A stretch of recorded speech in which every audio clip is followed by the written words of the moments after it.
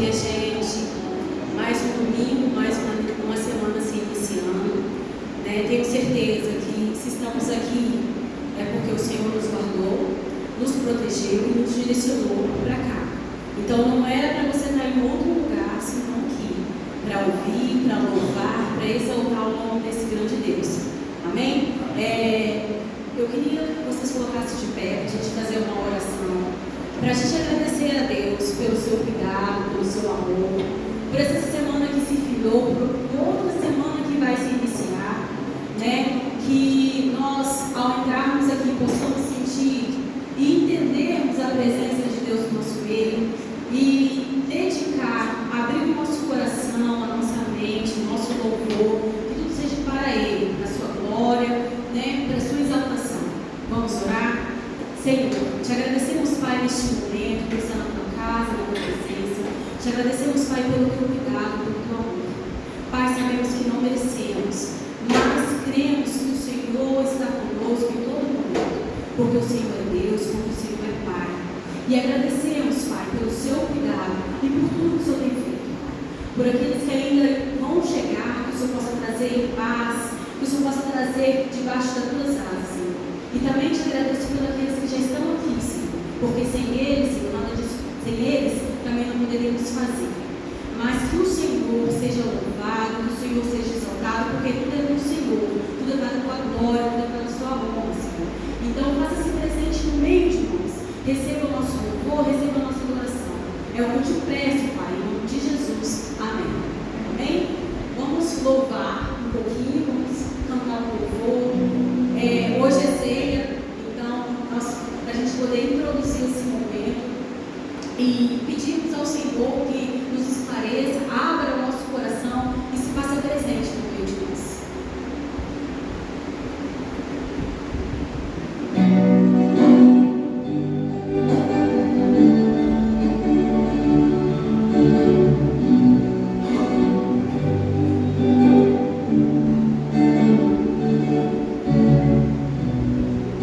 Chama aquele que salva.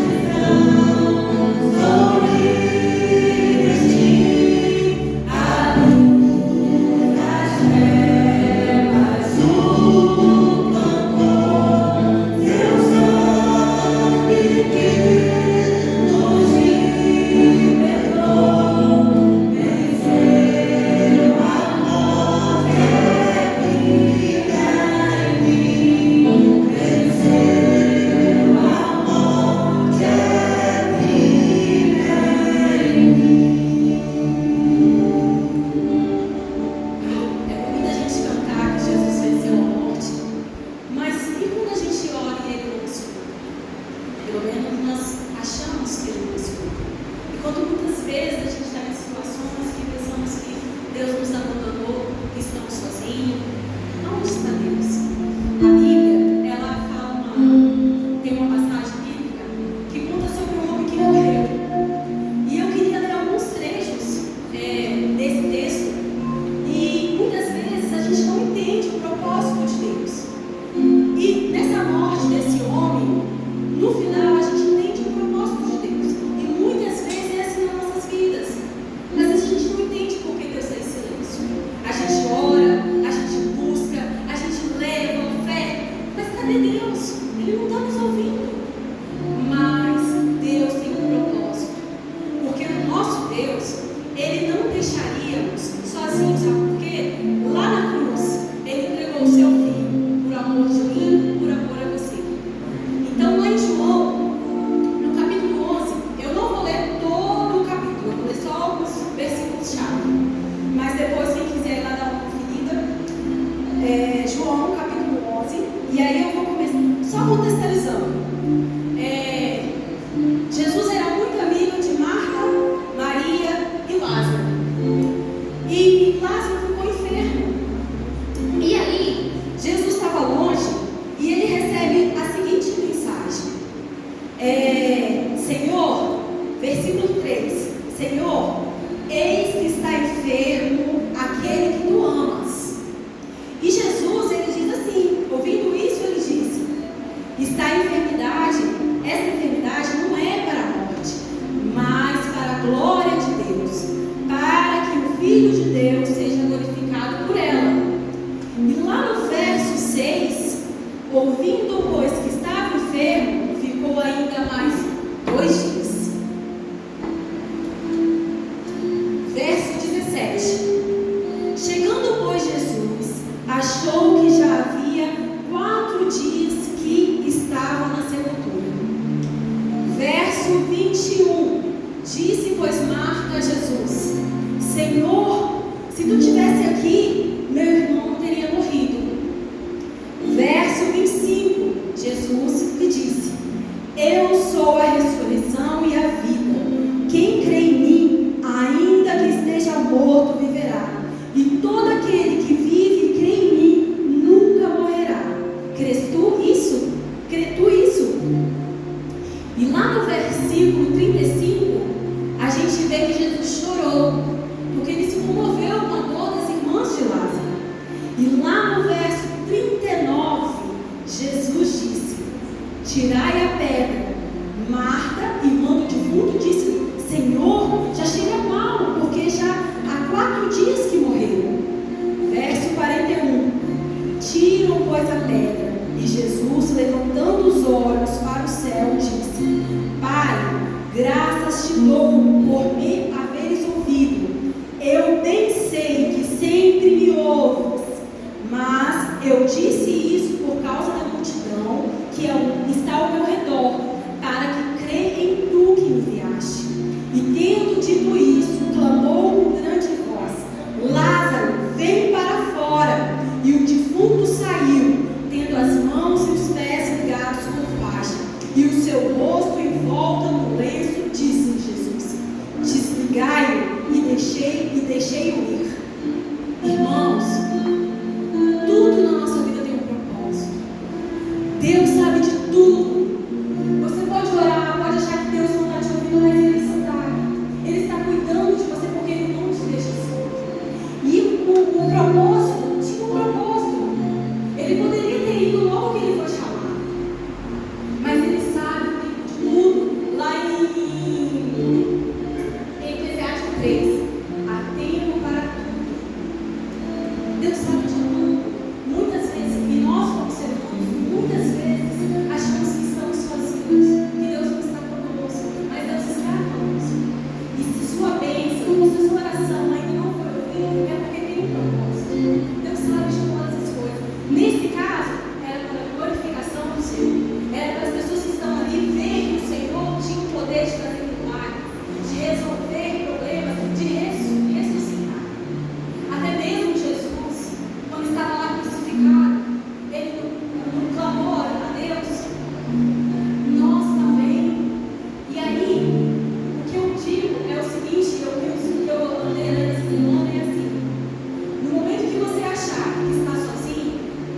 Aumente a sua fé, aumente a sua busca a Deus, aumente a sua oração, aumente a sua leitura na palavra, porque Deus vai ouvir. E no momento certo, não é o seu momento, não é o meu momento, é no momento de Deus, Ele vai te ouvir e vai responder. E com um propósito, você vai saber porque Deus está agindo naquela forma.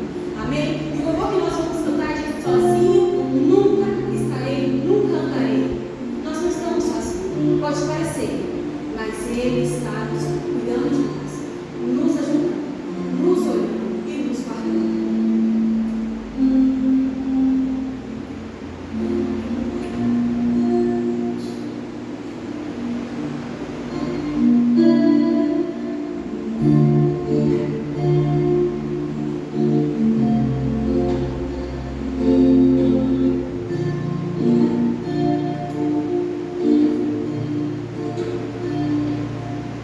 Sei que me ouves, sei que és comigo, seguro em amor, teus anjos acampam ao meu redor.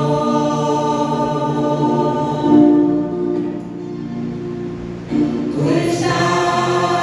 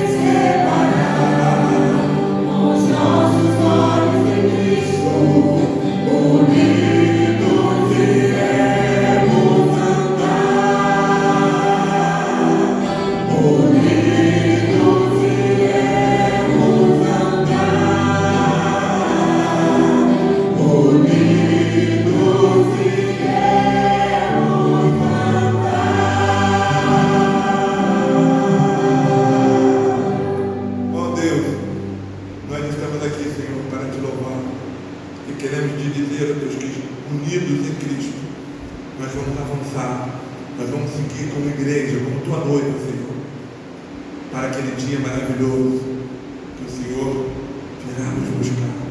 Muito obrigado, Senhor, por essa mensagem, por esses cânticos, por tudo que foi dito aqui, pelas ofertas que foram recolhidas, Deus, que é fruto de louvor a Ti. Deus, nós entregamos tudo que temos. Aceita, Senhor Deus, primeiro a cada um de nós, depois a nossa oferta, porque queremos ser um sacrifício, Deus, agradável ao Senhor, o nosso culto racional. Receba, Senhor Deus, o nosso louvor e a nossa adoração. Queremos agora também entregar a vida, Senhor Deus, do pastor, das tuas mãos que vai trazer a mensagem de Deus para o nosso coração. Ó Deus, mostra, Senhor Deus, aquilo que o Senhor deseja, que o Senhor já falou no coração dele para trazer para nós. E que sejamos, ó Deus, um terreno fértil para receber esta mensagem e colocar em prática. Nós agradecemos em nome de Jesus. Amém.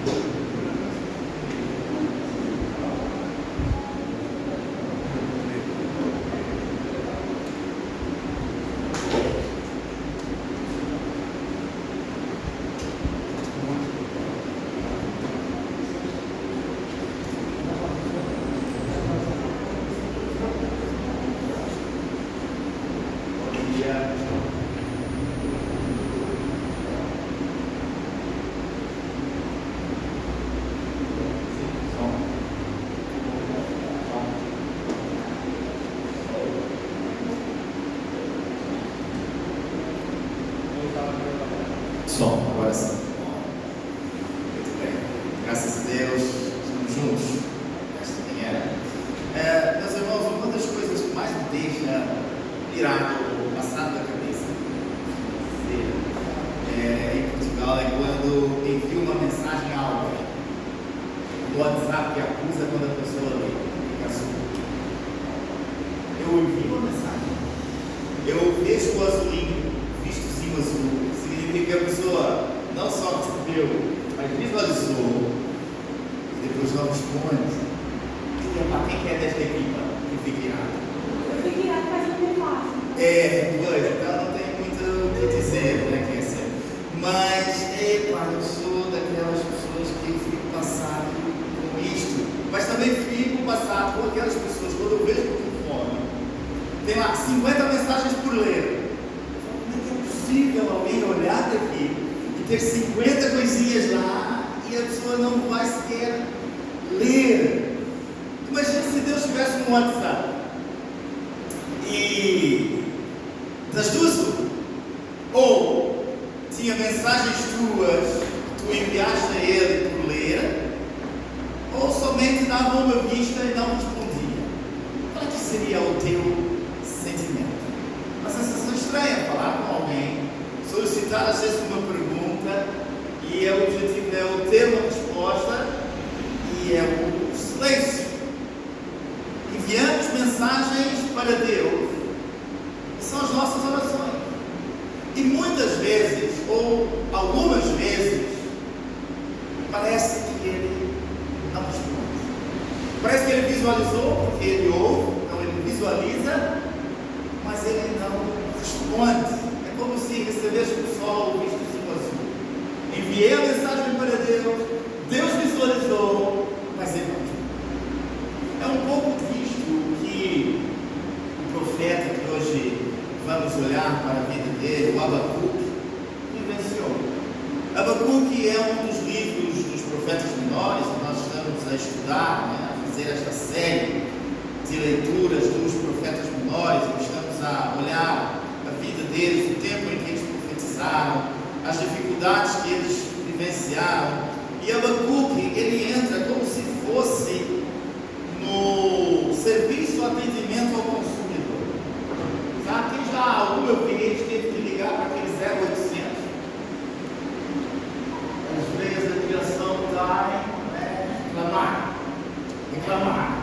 de reclamar.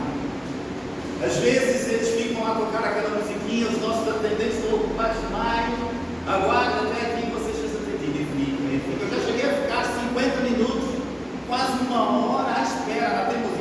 Não, eles são maus, mas eu sou ruim, eu vou ficar até o fim. Depois acabei por desligar, porque atendia, foram 50 minutos de grande sofrimento. Abacuque, ele teve a coragem, ele teve a ousadia de reclamar. O verso 2 do primeiro capítulo, ele começa, se você já encontrou aí na Bíblia, eu estou a ler na Almeida Revista e Corrigida, ele diz: até quando eu clamarei e tu não me escutarás? Até quando? Tipo, é alguém que está farto. É um grito, não de alguém que é incrédulo, porque ele acredita em Deus, mas é o clamor de alguém que se sente injustiçado. E por que Abacuque se sente injustiçado? Os babilônicos estão a invadir a cidade e avançar para Jerusalém. E algumas pequenas batalhas, algumas pequenas guerras de fronteira já estão a acontecer. E Abacuque olha para Deus como um profeta e diz assim: Deus, até quando tu vais permitir que estes ímpios venham contra nós, o teu povo, os justos? Porque aqui eles se põem na posição de justos. E os babilônicos são os pagãos, são os ímpios, são os maus. Quando, ou até quando eu vou clamar, eu vou pedir, eu vou reclamar da tua presença e tu não respondes, tu não escutas, tu visualizas a minha mensagem, mas não respondes? Até quando, Deus, isto irá acontecer? Abacuque sabe quem Deus é. Ele sabe que Deus é a solução para resolver aquela situação. Mas ele fica chocado, porque a resposta de Deus é mais alarmante quando Deus responde. Deus vai responder a Abacuque, nós vamos ver mais à frente, mas ele vai dizer mais ou menos assim: Abacuque, está ruim? Vai ficar pior. Porque este povo que tu estás agora indignado, eu vou usá-lo como instrumento das minhas mãos para te julgar. Aí explodiu a cabeça do homem. Tu vais, ele vai dizer assim: Deus, espera lá, deixa eu ver se eu consegui. Tu vais usar os ímpios para julgar os justos? Está completamente errado, Deus. Tu passaste da cabeça? O que é que se passa com aí o céu? Será que entrou aí alguém e sabotou todas as coisas? Então, o sermão de hoje é acompanhar um pouco dessa jornada deste homem que, em grande atrevimento, resolveu reclamar com Deus, reclamar daquilo que estava acontecendo. Até quando eu vou clamar e tu não me vais ouvir? É a jornada deste homem que levanta a sua voz e que debate com Deus, e ele não sai de lá enquanto Deus não responde. Ele diz: eu vou subir na minha torre de vigia e vou ficar à espera até que tu me respondas. É ele ligando para o SAC, Serviço de Atendimento Celestial, vamos assim chamar, e dizer assim: eu não desligo essa chamada enquanto tu não responderes. E a vida deste homem ensina-nos que a fé em Deus não é uma fé que evita perguntas, que evita dúvidas, que evita questionamentos. Não é. Então, Abacuque tranquiliza-me às vezes quando eu entro neste debate com Deus, perguntando: Deus, mas essa situação já não deu? Já não foi tempo? Já não é tempo da gente passar e virar a página e vivermos outras coisas? Até quando, Deus, isto irá permanecer? Até quando eu oro, ou até quando eu tenho que continuar a orar por essa situação? Então, Abacuque conforta-me que a vida de fé não evita perguntas e questionamentos. Não é pecado questionar Deus. Não é falta de fé questionar Deus. Mas também a vida de Abacuque me ensina que devemos permanecer com fé em Deus, mesmo quando as respostas não chegam. Ou até mais, mesmo quando as respostas não são aquelas que nós esperamos. Então a vida de Abacuque ensina-nos pelo menos 3 coisas. A vida de fé tem questionamento, porém a vida de fé permanece mesmo quando Deus não responde, e a vida de fé permanece, é perseverante, mesmo quando as respostas são contrárias às nossas expectativas, ou pelo menos aquilo que esperamos. Então, no culto de ceia, quando olhamos para o pão e para o vinho, nós também queremos questionar nesta manhã: onde está Deus quando o justo sofre? Onde está Deus quando os crentes de fé sofrem? Como é possível confiar em Deus quando os ímpios ao nosso redor prosperam? O que fazer quando a esperança dá lugar a outros? Parece que ela foge e se esconde. Então vamos ver, quando a fé se torna um lamento, o peso ou o oráculo ou a sentença de Abacuque. Algumas traduções têm várias palavras aqui, mas ele começa a dizer no verso 1, o peso que o profeta Abacuque filho. Ó Senhor, até quando clamarei e tu não me escutarás? Ainda que eu grite violência, tu não salvarás. Porque me mostras a iniquidade e me faz ver a injustiça, pois a destruição e a violência estão diante de mim, e há quem suscite a contenda entre ti.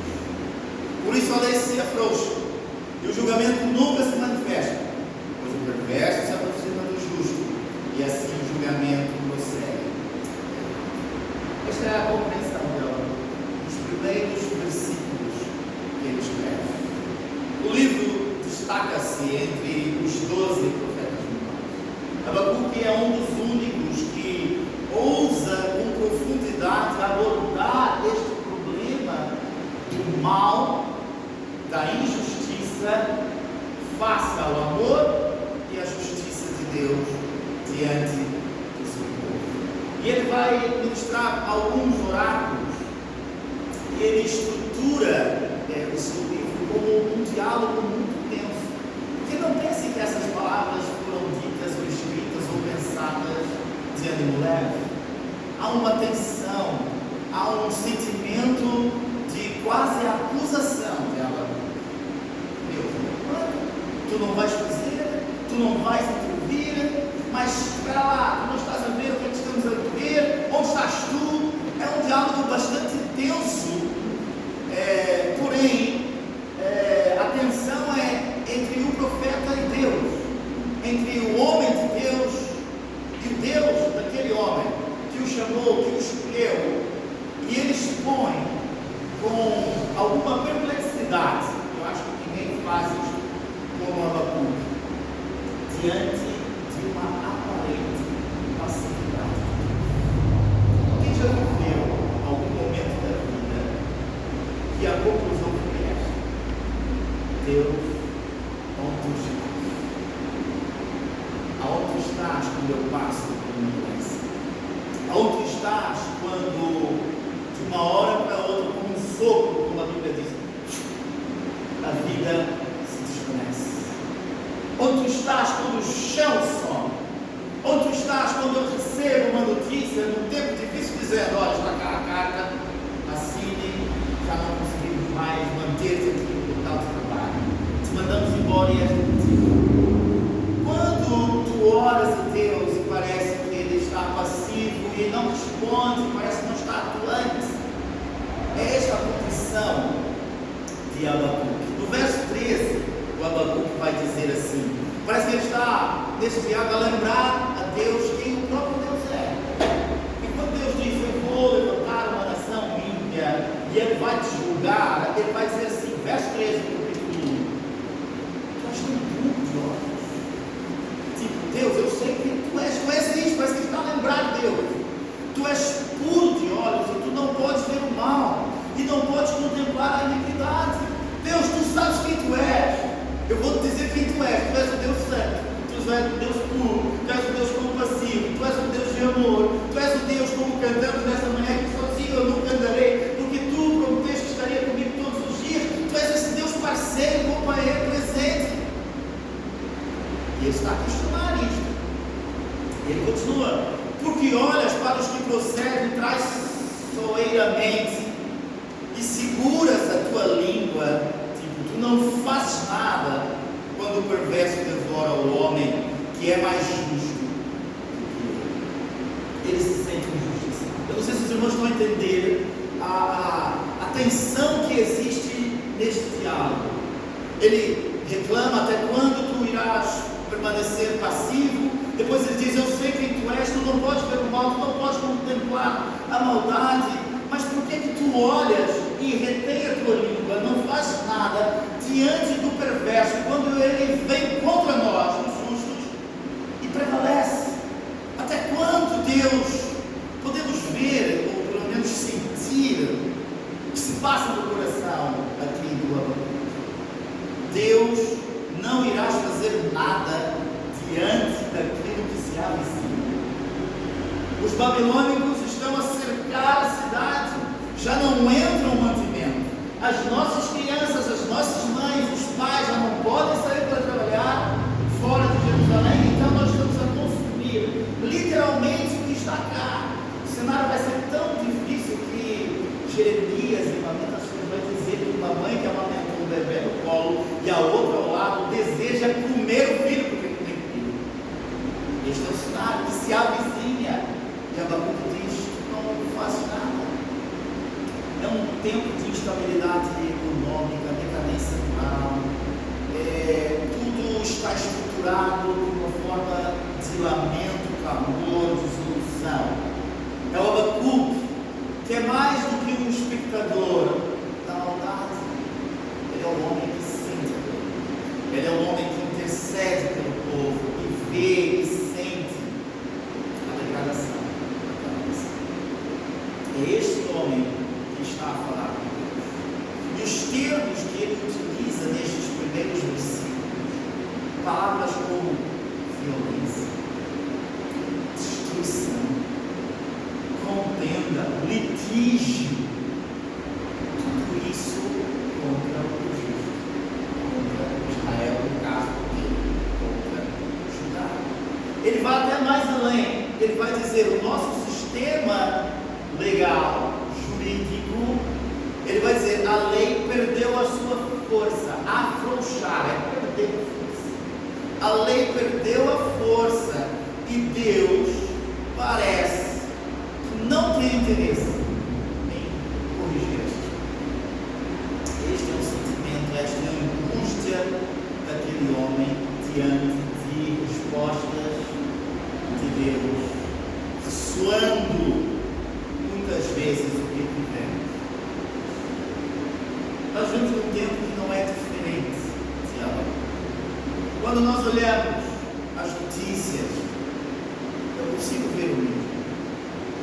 Sistemas corrompidos, corrupção nas mais altas patentes, sistema legal corrompido, onde juízes buscam o seu próprio interesse, negociam, barganham e a lei se afrouxa, onde há 2 pesos e 2 medidas, a acessão de pessoas, verdade distorcida, inocentes silenciados. Isto tudo é o mundo em que vivemos. Se calhar mais intenso num lugar do que no outro, mas vivemos isto. É como se hoje ligássemos para este atendimento ao cliente, no caso celestial, e disséssemos: Senhor, tens visto que sobra mês ao invés de sobrar dinheiro? Tens visto isso? Olha, em 14 anos de trabalho na minha empresa, geralmente, isso não falha. Meia-noite e 1, meia-noite e 2 do dia 31, o pagamento cai na conta de todos, dependendo do banco que é. Se for no fim de semana, cai nessa. Mas no dia 8h30, 9 da manhã, eu passava nas áreas onde eu sou responsável, eu disse assim, chefe, sabe alguma coisa? Houve um problema informático do sistema que faz depois a distribuição de vários bancos e as pessoas não receberam já deu para ver o sofrimento de muitas pessoas que estavam a precisar daquele dinheiro de imediato, se calhar para almoçar para comer naquele dia e nunca tinha atraso dos distribuidores. É que às vezes sobra mês, ao invés de sobrar mês. Às vezes o dinheiro está lá todo na conta no primeiro dia do mês e daqui, e a pessoa olha para mais Jesus Cristo. Não sobrou nada. Senhor, não tens visto isto? Não tens observado isto? Por que é que não responde? Por que é que não faz alguma coisa? E é um dilema que nós enfrentamos. Como continuar a confiar neste Deus? Quando tudo à nossa volta é injustiça, violência e coisas mais. É possível manter a fé quando os nossos clamores, as nossas dores, colocadas diante do altar de Deus, aparentemente são ignoradas. E Ele não responde. E o próprio Deus parece estar distante. Habacuque ensina-nos que reclamar com Deus pode ser um ato de fé e não de culpa. Porque nos versículos seguintes, depois dele dizer até quando, Deus, até quando, as coisas vão piorar um pouco, porque Deus vai responder. E nesta resposta, Habacuque ainda ficará mais, com o coração mais apertado. Verso 5 diz: vede entre os pagãos e observai, maravilhai-vos e admirai-vos, pois eu realizarei uma obra em vossos dias que não crereis quando for contada a nós. Ele reclamou e Deus disse: veja, não foi entre Israel, não é entre Judá, veja entre os pagãos, nação ímpia, observa, maravilha-te, admira, que eu, Deus está dizendo, eu vou fazer uma obra que vocês não vão acreditar. E se algum dia vos for contada, vocês nunca, Deus nunca faria isso. E vejam só o que Deus disse que vai dizer: pois eis que levanto os caldeus eram os babilônios. Aquela nação amarga, impetuosa, que marcha através da largura da terra, ou seja, quantidade, multidão, para apoderar-se de moradas. Invasores.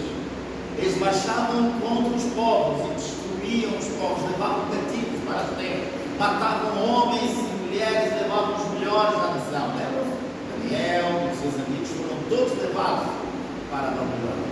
Eles são horríveis e terríveis, e o seu julgamento e a sua eternidade sairão dele. Deus responde, mas não é a resposta que eu espero. Ele diz: estou a levantar. Isto revela-me algo interessante também: a soberania de Deus sobre a história. Habacuque reclamou, perguntou até quando. Deus responde dizendo: não é até quando, mas eu vou levantar uma nação e ela vai ser terrível para com vocês. Revela-nos aqui a soberania de Deus sobre a história. Deus vai levantar uma nação. Então não foi desejo dos babilônicos, Deus usou os babilônicos. Não apenas permitiu, mas Deus os levantou para executar. Isso é uma ironia aqui dolorosa, difícil de entender. O profeta que chama por justiça de Deus para livramento, e o Deus que responde como a sua justiça, sendo violência, dor e sofrimento. É o contraste entre a bondade esperada de Deus e a severidade da resposta do Senhor. E aqui entra numa tensão profunda no coração.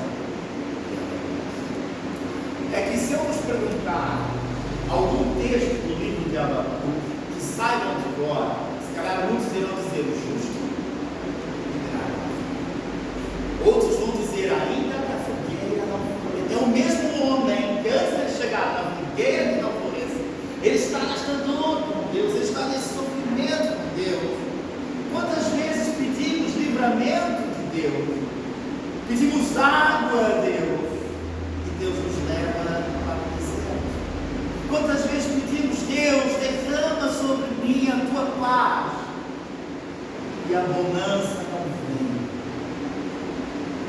A Bíblia diz no salmista: o choro pode durar uma noite, mas quando a alegria não vem? Porque o texto diz: o choro pode durar uma noite, mas a alegria vem. E quando amanhã não chega, enquanto o amanhã parece que estende-se, a noite nunca mais vem. Quando tu pedes paz, vem tempestade. Quando tu pedes paz, vem guerra. Deus não responde, às vezes, da maneira que esperamos. E quando isto acontece, o que fazemos? Abacuque ensina-nos: confia na soberania. Porque Deus pode não responder como nós esperamos, mas Ele responde sempre de acordo com os seus propósitos. E a Bíblia também vai dizer que os propósitos do Senhor são melhores do que os caminhos de Deus são melhores e maiores do que os nossos. Os pensamentos do Senhor são pensamentos de paz e não de mal, para nos levar aonde Ele quer. Deus tinha um propósito para este povo. E quando celebramos a ceia, meus irmãos, nós devemos recordar deste propósito. Devemos recordar que Deus respondeu ao mal. Deus tratou da injustiça. Deus tratou da iniquidade. Sabe como Ele fez? Com um escândalo. Ninguém esperava. Ninguém sequer imaginava.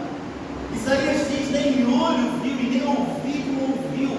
Paulo também repete esse texto. E se alguém pudesse dizer assim: como Deus irá tratar o mal deste mundo? Como Deus irá resolver o pecado desse mundo? E Deus dissesse assim: eu vou enviar o meu filho a uma cruz para morrer por vocês. Assim, jamais, jamais. Quando Pedro e os apóstolos sentiram isso, o que eles disseram? Jamais vamos permitir isso. Nunca Deus vai nos permitir uma coisa dessas. Todos aqui vão te negar, vão te abandonar. Eu jamais. Os planos e os caminhos de Deus são mais importantes. E essa foi a oração de Jesus no Getsemane. Deus, se for possível, faz com que isso passe. Porventura, todavia, seja feita a vontade. E a vontade de Deus era levar e conduzir Jesus. Quando as respostas, quando o clamor, quando pedimos, e Deus não responde. Quando a resposta vem e é fora daquilo que esperamos. Podemos pensar isso aí, ela então abandonou a fé, fechou o livro e disse: vou esperar a morte. Quando é necessário subir a montanha. Capítulo 2 diz assim: eu estarei sobre a minha guarda. Unidade.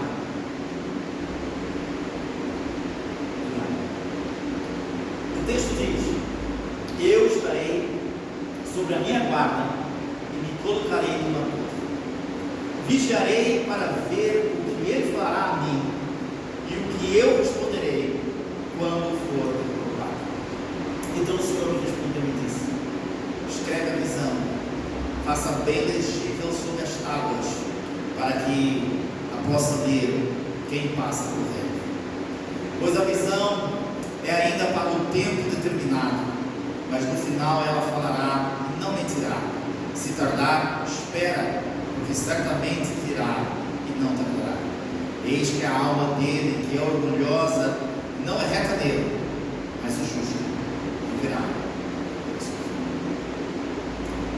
Abacuque diz: ok, Deus, eu confio na tua soberania. Tu me respondeste algo que eu não estava esperando. É totalmente contrário àquilo que nós esperamos, mas eu estarei de vigia, eu estarei firme, eu subirei no alto e eu não vou sair, eu não vou desligar enquanto tu não faz. O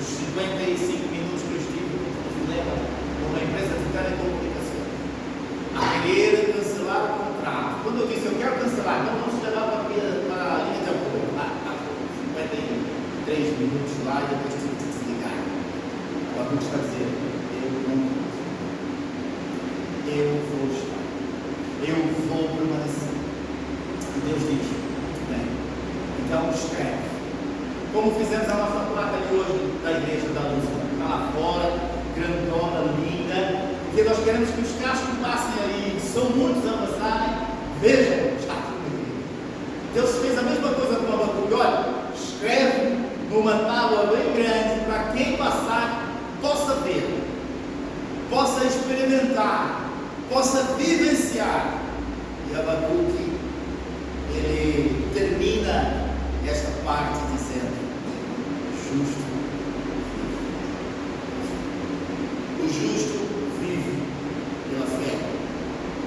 Eu estarei na minha torre e vou esperar a resposta. É a imagem de um sentinela, alguém que está em prontidão, vigilante, não apenas pela resposta de Deus, mas acredito eu pela própria presença. Abacuque está ali esperando a própria presença de Deus. Deus diz: escreve, se tardar, espera, permanece. E ele diz: ok. Então, para isto tudo, para continuar esta vida contigo, onde as minhas expectativas são contrárias, onde eu te pergunto e tu não respondes, onde eu te pergunto e tu dás algumas respostas, mas que eu não gosto, onde eu pergunto e tu dizes: olha, eu vou te responder, mas tu tens de esperar. Ou seja, esta vida só pode ser vivida pela fé. Não tem outra forma de nos relacionarmos com Deus. Porque a fé, ela grita quando o silêncio de Deus é muito mais gritante. Quando nós oramos e Deus não responde, é a fé que é o alimento. É a fé que nos faz caminhar diante das dificuldades desta vida. Esta frase, no capítulo 2, verso 4, o justo viverá pela sua fé, torna-se um pilar da teologia do apóstolo Paulo. Ele escreveu em mão, torna-se um pilar da reforma protestante, que tinha escrito que o justo vive pela fé. É a espiritualidade do crente. Quantas vezes nós já não dissemos esta frase em momentos difíceis? Ou meu irmão, está difícil, mas olha, a Bíblia diz que o justo vive pela fé.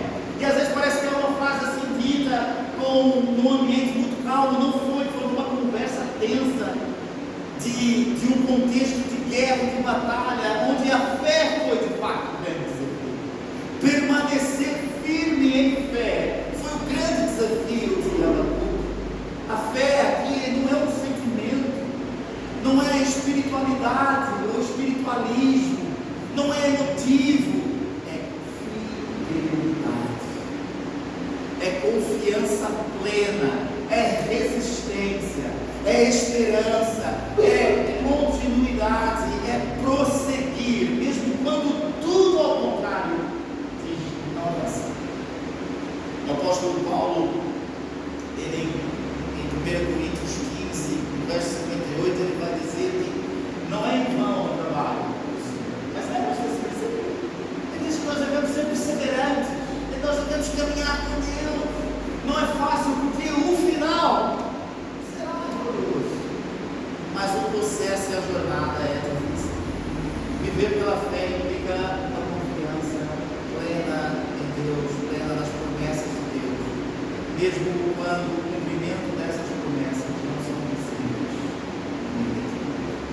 não são palpáveis, quando de fato estamos em vida. É continuar a enviar mensagens para Deus em orações, e mesmo quando parece que só recebe um vistozinho azul e Ele não responde, é continuar a crer que Ele lê, que Ele sabe que no tempo certo Ele vai responder. E aí chegamos naquilo que quase seria um ambiente propício para o ainda que viveremos. Capítulo 2, verso 20. Quando todo aquele silêncio, o coração de Abacuque tornou-se uma subida de oração, resposta à sua fé. Ele diz: mas o Senhor está seu santo templo, e toda a terra nasce diante dele. O fanfarrão aqui, desculpa, mas não tem. O que mais está a falar? O falatão, nem sei se existe esta palavra. O que tem a língua grande, que é o Abacuque, que falou, que questionou, agora ele diz: cala-se diante de Deus. Mas o Senhor, a ação de toda este diálogo tenso, cheio de dúvidas, de questionamento, termina com: o Senhor está. O Senhor está quando a morte se aproxima. O Senhor está quando a notícia não se agrada. O Senhor está quando a doença chega. O Senhor está quando o desemprego vem e uma carga de despedimento. O Senhor está nas incertezas. O Senhor está nos dilemas. O Senhor está.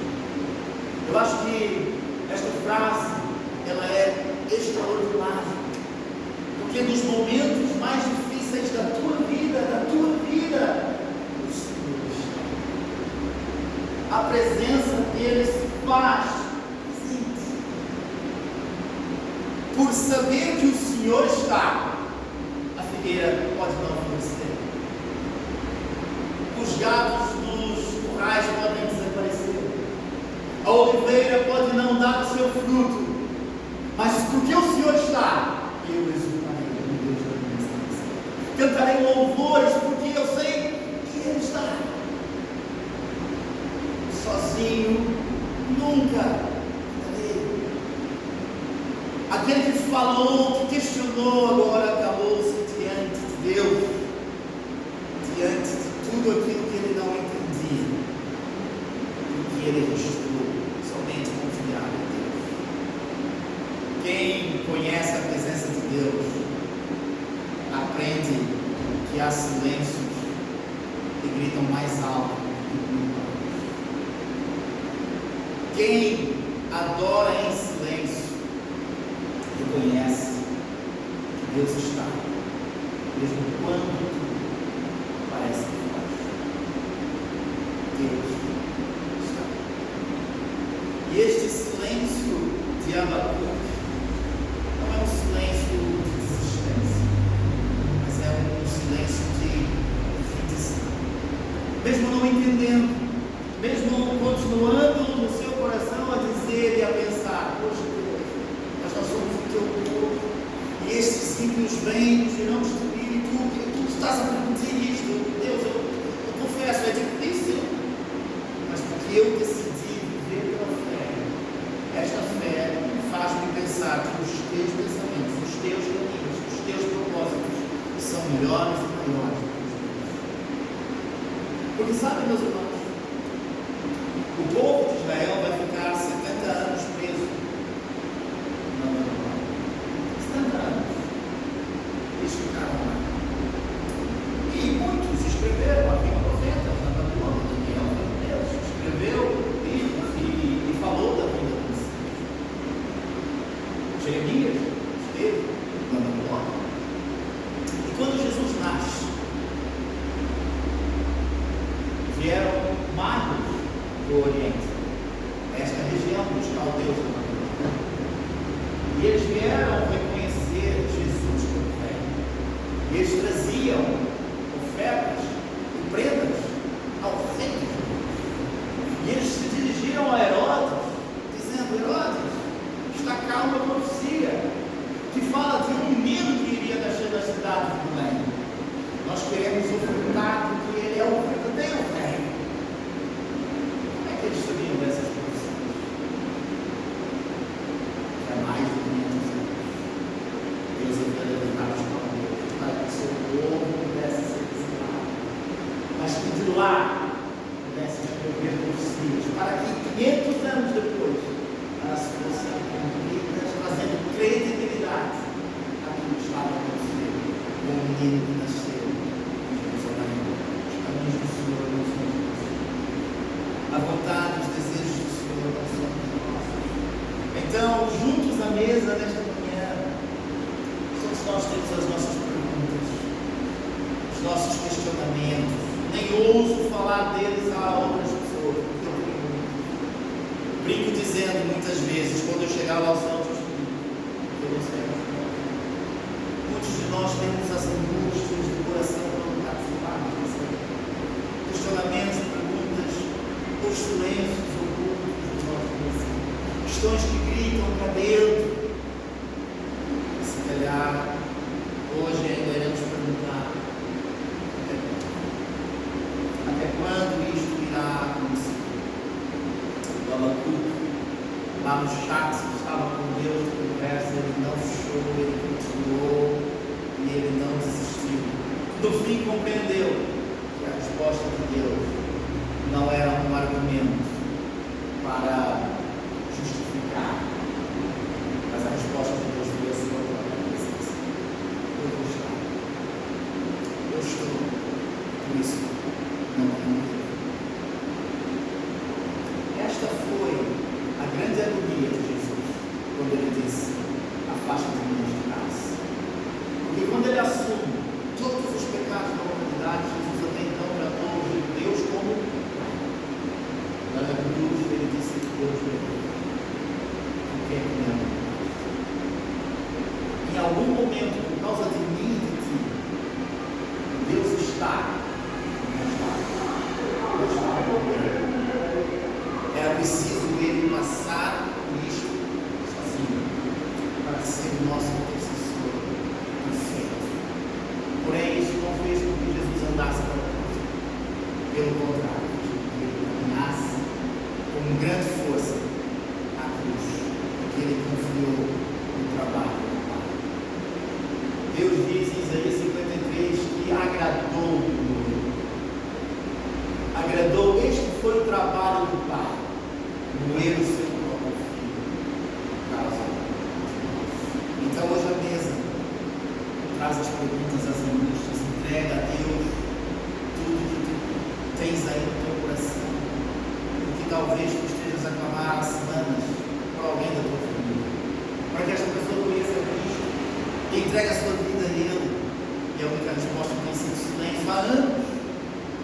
Talvez tu estejas aí com um diagnóstico pendente, não sabe, está pesquisando, não sei o resultado, tem até medo, segunda vez, não vou fazer, porque eu tenho medo do resultado, não faço. Talvez estejas frustrado com o tempo que se testemunha, com a corrupção, com a moral, com a violência, com o desânimo que muitas vezes afeta a igreja, e tu tens perguntado até quando. Talvez tenhas um filho jovem, precisamos de direção de Deus, tudo parece fechado, nada acontece. Talvez tu estejas a lutar contra um pecado que persiste. Com vergonha, perguntas a Deus: até quando isto irá acontecer? Então, hoje, diante, vamos, no silêncio, ou no clamor mais alto, que a presença dele faz toda a diferença. A maior resposta de Deus para as nossas dúvidas não é explicações, é sua presença. Eis que eu estarei contigo. Sabe por que Jesus disse isso? Ele está abandonado os discípulos, dizendo: chegou o momento, agora eu vou ao céu, e tudo todo mundo prega o evangelho, batiza, ensina, vai ser difícil, não vai ser fácil, serão perseguidos, mas eis que tudo vai ser difícil no mundo, vocês vão ter a frente. Jesus preparou os discípulos todos para esta frase. Eis que está. A presença de Deus está. Então eu convido-te, meu irmão, traz o teu fardo, traz as tuas perguntas, mas senta à mesa com aquele que está. Com aquele que está conosco. Qual é o nome judeu de Jesus, o hebraico de Jesus? Emanuel, Deus. Ele está. E porque Ele está, tudo traz a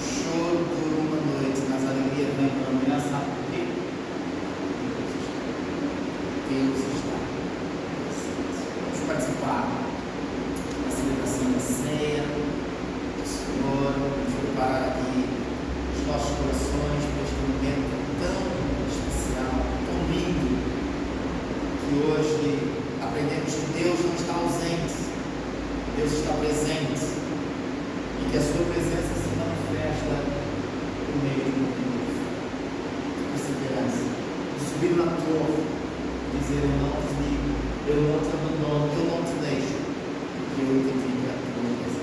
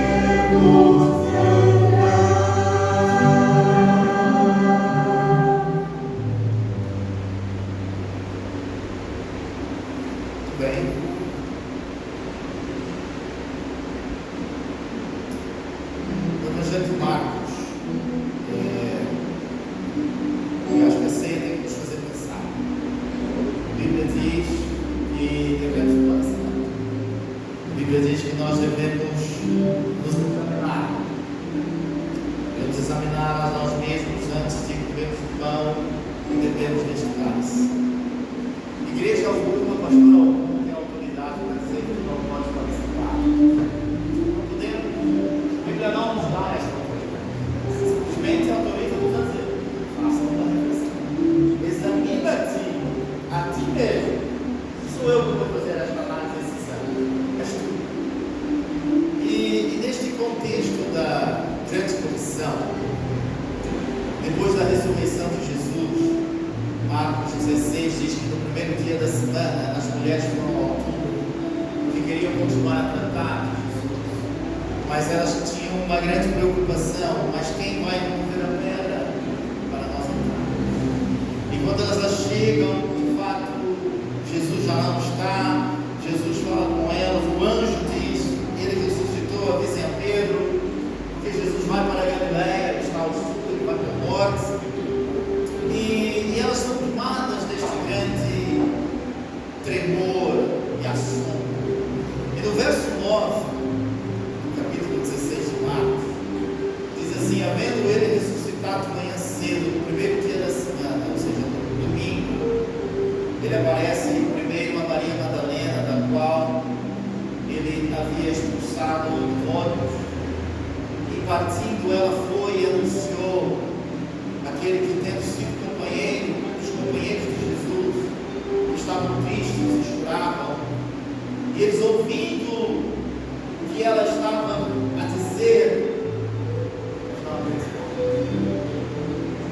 é possível.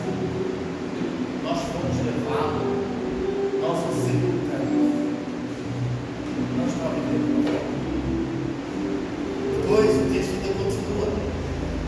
Depois disto, manifestou-se de outra forma a dois deles que estavam de caminho para o campo. E indo, eles anunciaram aos demais, mas também estes não nos deram crédito.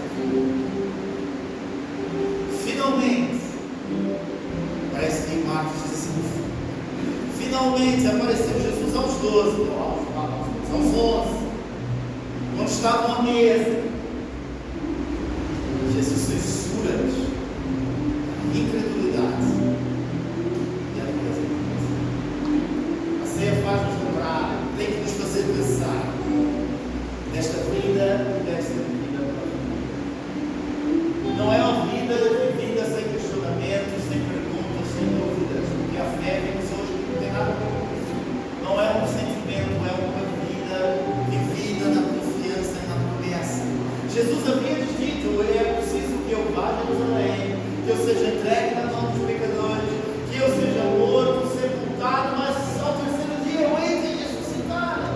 Eles deveriam confiar nesta promessa, mas eles estão olhando as circunstâncias, e as circunstâncias estão a dizer: não é possível. A ceia tem que nos fazer lembrar da vitória de Jesus na cruz, e a nossa vitória, mas também tem que nos fazer pensar e firmar os pés nesta vida de fé, sem explicações, muitas vezes, sem justificativas, na maior parte delas, e até sem entendimento profundo dos porquê e dos para quê. Porque nós ouvimos muitas vezes: não pergunta a Deus porquê, mas pergunta para quê. Mas às vezes depois do para quê vem o porquê, como para quê tem que ser assim. A vida com Deus tem que ser vivida com fé. Então, é este ambiente, porque no versículo 15, depois de Jesus censurado na mesa da dureza do coração, Jesus poderia ter dito: bom, não vale a pena desistir de você. Verso seguinte, e disse-lhes: Deus sabe da capacidade que o Espírito Santo tem de transformar as nossas vidas. Então, a ceia do Senhor é este momento de transformação e de liberdade. Então, vamos distribuir a ceia do Senhor. Eu quero convidar a Carolina e a Cláudia. Conseguem? Mesmo que depois do fim, tem que usar o cenário, não tem problema. Pelo menos ajudar com a distribuição da ceia. Então, por favor. A Carolina sempre com som. Quando vem cá para baixo, é cá para baixo, para cima.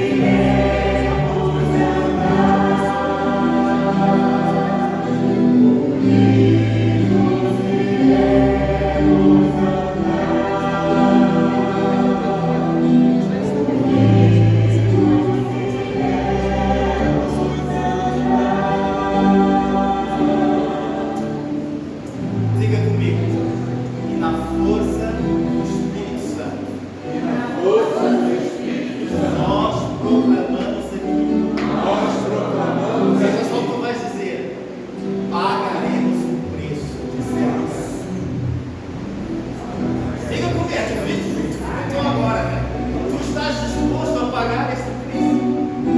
Você buscou? Qual é o preço que devemos cada um pagar para ser buscado? Se calhar há modelo de gestão que tu não gosta. Se calhar a liderança que tu olha e fala assim, poxa, a vida fazia tão melhor. Se calhar há situações do culto que dizem, pai, eu gosto disso, mas não me render Cristo. Tudo isso são preços.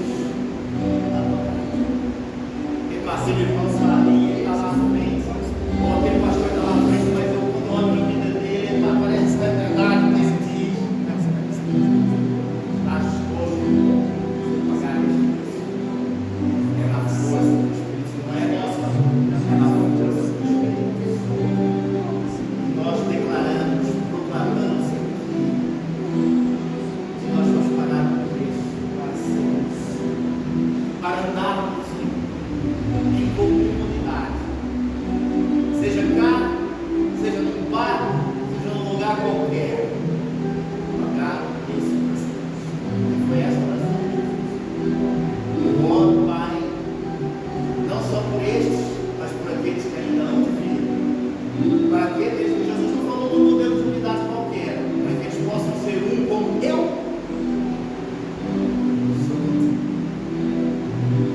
É a força. Vamos comer o pão. Glória a Jesus Cristo.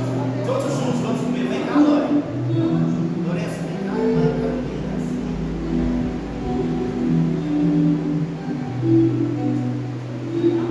Glória, é sempre mais. Tu vais ver a guerra depois aqui que eu vou te falar. Então é na força do Espírito Santo. Eu, pastor, junto com vocês, declarando vocês somos para a glória de Deus.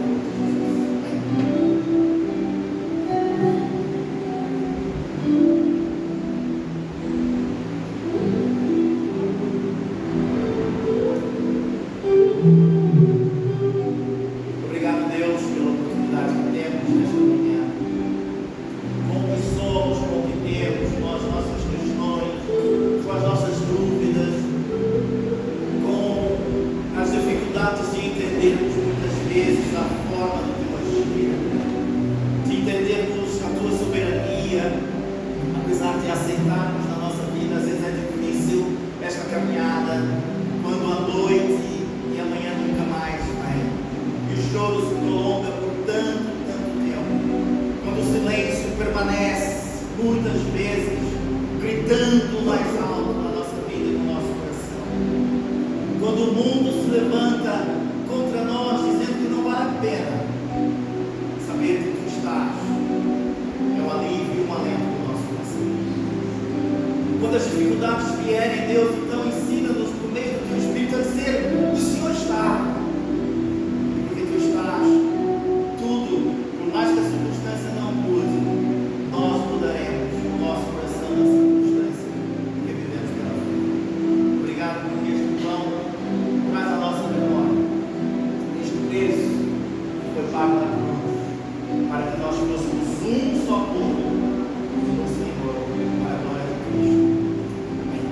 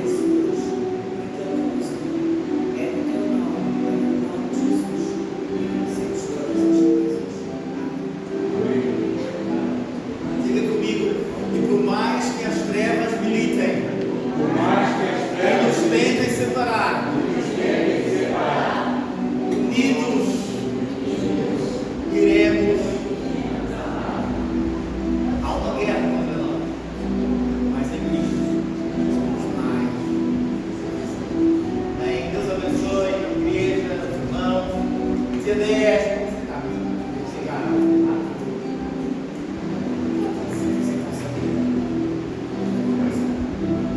No dia 10, próximo domingo, estaremos na Quinta Shalom para a nossa celebração especial de verão, onde celebramos batismos. É o terceiro ano que estamos cá, é o segundo ano que celebramos batismos no verão. Temos 4 irmãos que irão batizar: a irmã Leonor, o Mário, a Mel, o Rodrigão está cá hoje representando aqui o grupo.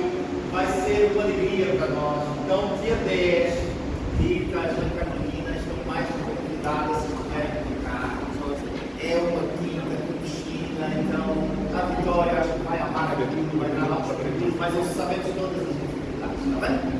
Mas às vezes estarão na férias, se tiverem, são as nossas comunidades. Dia 10, começamos às 11h30. É isso? 11h30. Mas nós vamos estar lá desde as 9 da manhã. Um grupo que vai nos organizar lá. Então, próximo domingo temos um dia lindo. Vamos ter aí perto de 70 pessoas. Então será um domingo. Tá bem? Então não se esqueçam. 10 de agosto. Não temos carro. Vocês vão ter lá. Temos que gastar um. Deus abençoe.